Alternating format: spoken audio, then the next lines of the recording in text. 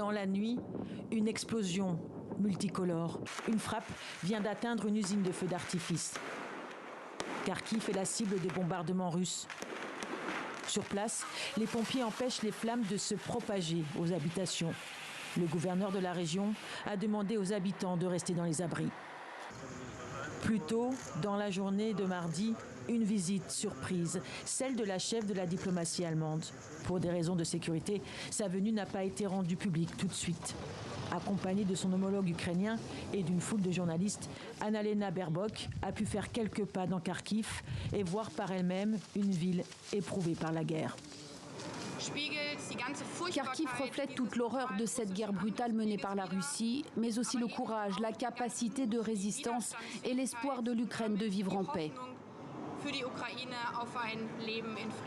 L'Ukraine peut compter sur la solidarité de l'Allemagne.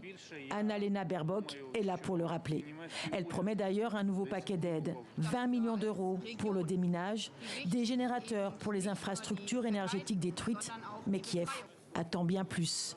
Des chars de combat de type Léopard. Pour l'instant, Berlin n'a toujours pas répondu favorablement à sa demande.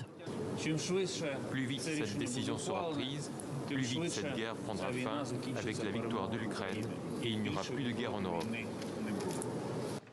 L'Allemagne a récemment annoncé l'envoi de 40 blindés d'infanterie d'ici le printemps.